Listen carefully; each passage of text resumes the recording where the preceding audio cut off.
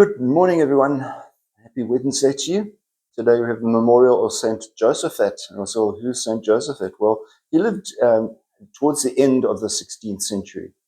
And he was involved in the union of the Ruthenian Orthodox Church, which is the Russian sort of area, and Catholicism. Now, you would understand that we still have these days the Orthodox Church. We have Orthodox Catholics, and we have the other Orthodox churches, which are very, very traditional in the way in which they do things. And sometimes you might have seen at funerals in Rome and so forth, these guys who are dressed up in these outfits that don't look very similar to us. Well, we appreciate that there are many of religions who are affiliated to Catholicism, or these two are part of Catholicism, but their origins are very different to the way in which we've come about. So here we have St. Josephat. He was one of those guys who are trying to bring everything together.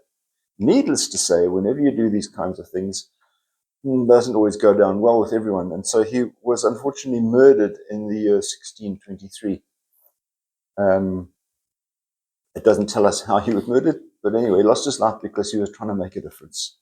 And we're not saying that's a good thing, but sometimes, unfortunately, many of the saints became martyrs.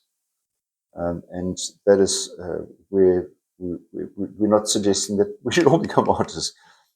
Particularly when I say, well, St. Lawrence, who was a good deacon, didn't die a good death either.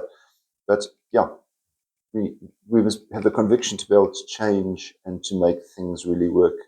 In Ephesians chapter 4 today, St. Paul tells us, each of us has been given his own share of grace. Whatever that need is, and I've said this to you before, each of us is made differently. And the environment in which we live and the circumstances in which we live are different. And so there's no exact and precise formula for us to be able to perform the work of the Lord. But we're each given that ability, that grace, that difference that we can share with others. And it's important that we do share it with others and not just keep it for ourselves. Our objective in life is not just to bring about salvation for ourselves, but to bring about salvation for others. And this is bringing about salvation for others that we can attain salvation for ourselves. In John's Gospel, chapter 17, Jesus says, Father, may they be completely one.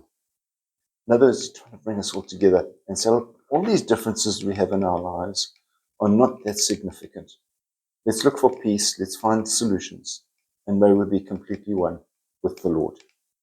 Keep yourself safe. We'll see you again. God bless. Bye-bye.